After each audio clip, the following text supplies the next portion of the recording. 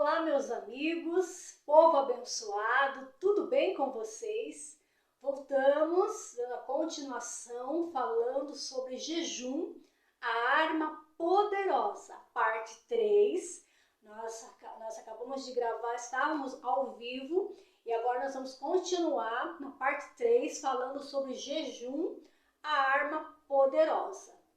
Se você não é inscrito no canal, se inscreva.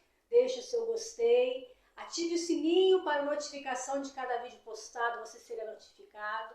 Compartilhe essa mensagem com seus familiares, com seus amigos, para abençoar outras vidas no nome de Jesus. Vamos dar continuação aqui. Nós paramos falando sobre, estávamos citando o livro de Apocalipse, o capítulo 3, o versículo 15 ao 16, que ali na palavra Jesus estava falando que ele não quer que nós venhamos ser frio, nem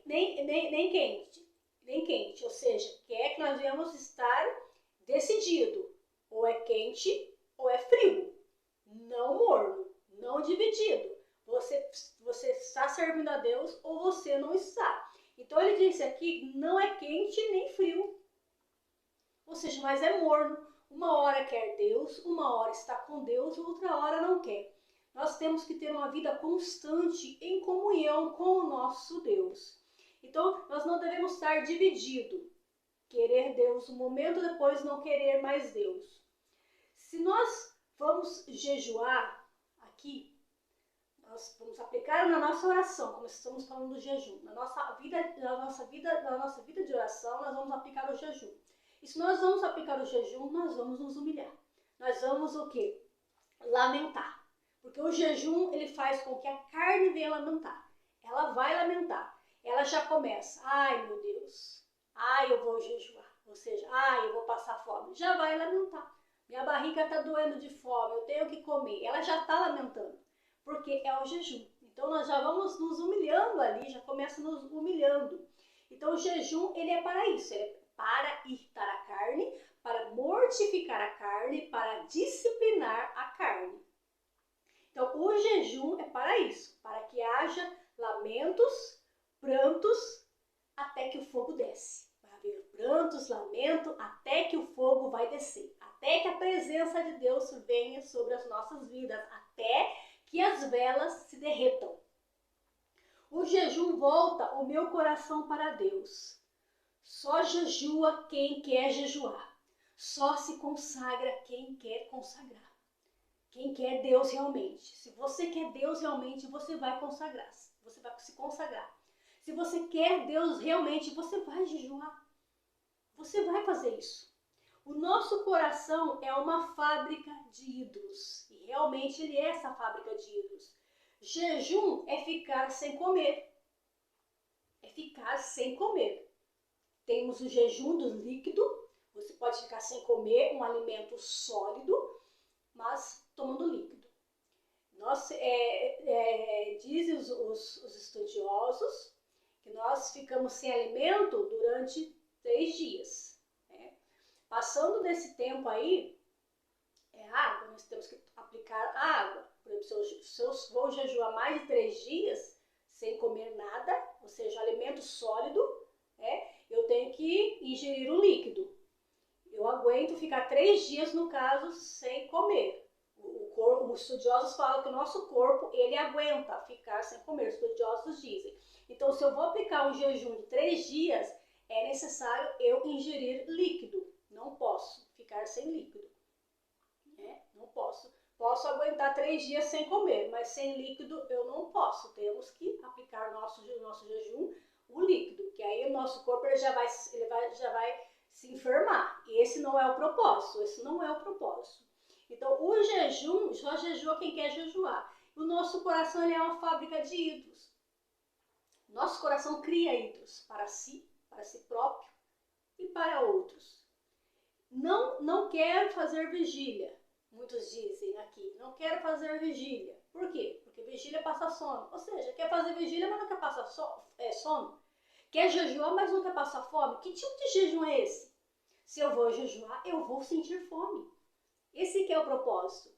De eu dominar minha carne. A hora que ela fala que é para comer, eu já estabeleci uma meta ali, uma ordem ali, o horário que eu vou comer. Eu não vou comer aquele horário.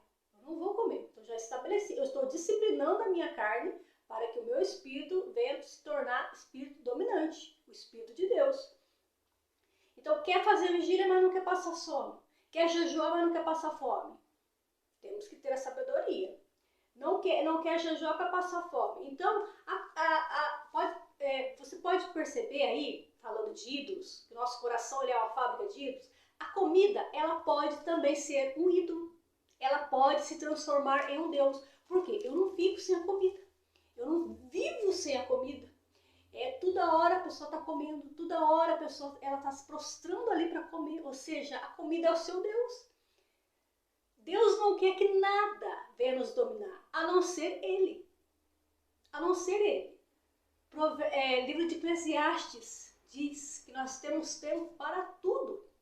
Então, se você está aplicando o seu tempo em alguma coisa que está tomando muito seu tempo, você só faz isso. Ou seja, tem pessoas que só vivem na cozinha comendo, outros só vivem no celular. Ou seja, se torna um Deus. A sua vida está sendo voltada àquilo, aquela obra, aquele fazer. Ou seja, é um ídolo. Você passa a semana, você está fazendo só aquilo. Ou muitas vezes dedicando o seu tempo naquilo. É um ídolo, é um ídolo. Eu não vivo sem aquilo, eu não vivo sem isso. Ou seja, é um ídolo. Nós não podemos viver sem Deus. Ele é o nosso Deus. Então, aonde estão os maiores pecados e rituais religiosos, ali você vai encontrar a comida, a bebida e o sexo. Ou seja, um Deus tem a comida, tem a bebida e tem o sexo. Na onde você encontrar os maiores pecados, ali tem a comida, a bebida e o sexo. Sempre tem. Ou seja, se torna um Deus. Se torna um Deus. Onde você já viu um exemplo? Uma festa sem comida. Um aniversário sem comida. Ou seja, tem que ter. Se não tem, então não é um aniversário. Vamos dizer assim, né? Ou seja, é um ritual já. É um ritual ali, né? Não que eu tô falando que é errado, não que eu tô falando, mas eu digo assim que é algo assim que tem que ter, não pode faltar. Né? Por exemplo, um aniversário sem um bolo. Um aniversário sem um bolo, você imagina. Então a pessoa tem naquela mente, não é aniversário, entendeu? Ou seja, independente do aniversário, eu ter o bolo no meu aniversário ou não, eu fiz o aniversário. E está entendendo? Não estou falando que é errado você fazer aniversário, ter alimentos ali. Não estou falando. Por favor, entendam.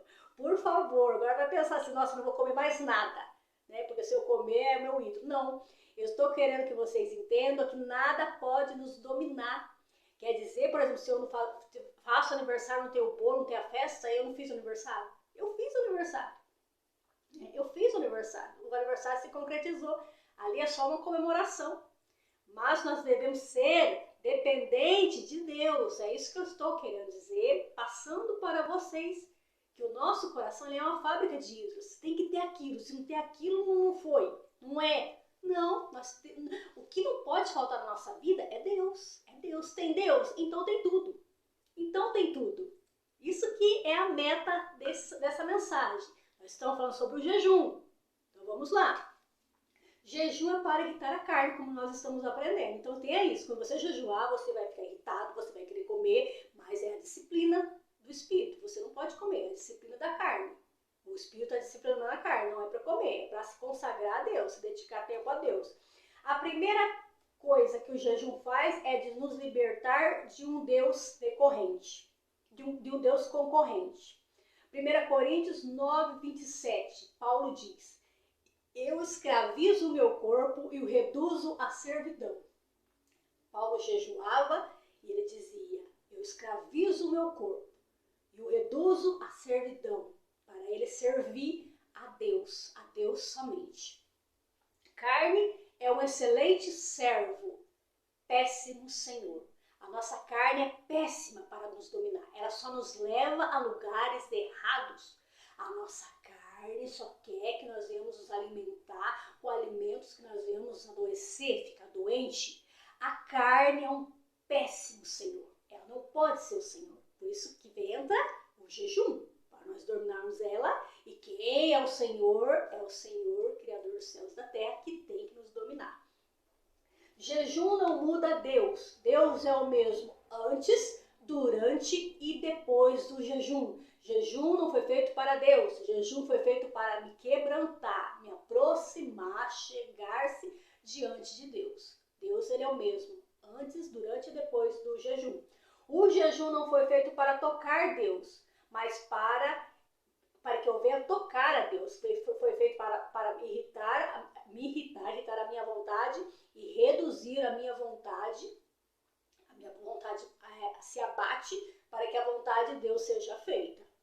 Foi feito para sufocar a carne, destruir a carne. Carne destruída é carne derretida, suscetível à voz de Deus. A carne ali sufocada, destruída, é a vela derretida. E se ela está derretendo, o fogo é porque está queimando, que é a presença de Deus. Paulo está querendo dizer, eu coloco o meu corpo, eu reduzo ele a severas disciplinas. Eu faço ele me obedecer, não eu obedecer ao corpo. Não eu obedecer ao corpo, mas obedecer a Deus. Deus me criou para servi-lo. Eu não fui criada para ficar prostrada diante ser dependente do alimento, ser dependente de um objeto, ser dependente de algo. Eu não fico sem aquilo, eu não posso. Ou seja, aquilo, você está dizendo que é aquela coisa que você não fica sem, é a sua vida, é o seu fôlego de vida. Não, nosso fôlego de vida é Deus. Eu não posso ficar sem a presença de Deus. Outras coisas eu posso ficar, mas sem Deus não.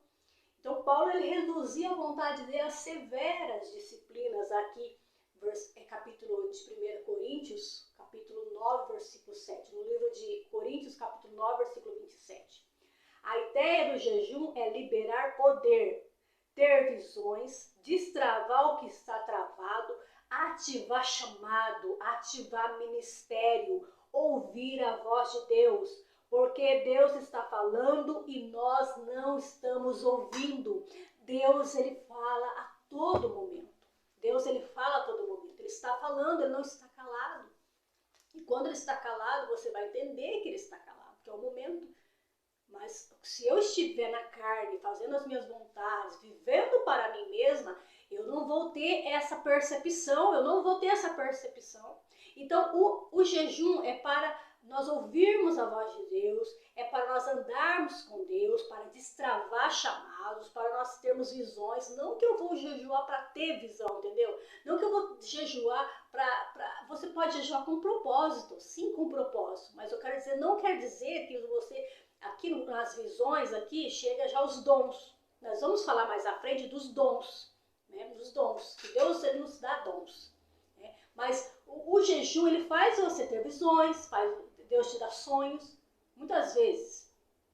Eu quero dizer que Deus ele fala de várias formas. Ele fala através da palavra dele, usa pessoas, usa crianças, circunstâncias, natureza. Ele fala do jeito que ele quer, porque ele é Deus. Então, o jejum, ele vai destravar chamados, ministério. Você tem um ministério, você tem um dom, você tem um chamado. Então, Deus ele vai destravar, ele vai ativar o ministério, ativar chamado, ativar a nossa ligação com ele, nós andarmos com ele, ouvir a voz dele, porque ele está falando e muitas vezes nós não estamos ouvindo. Então é necessário nós nos afastarmos das coisas deste mundo, do alimento, e nos prepararmos em Deus, nos alimentar do pão vivo que desceu do céu, que é Jesus, a sua palavra.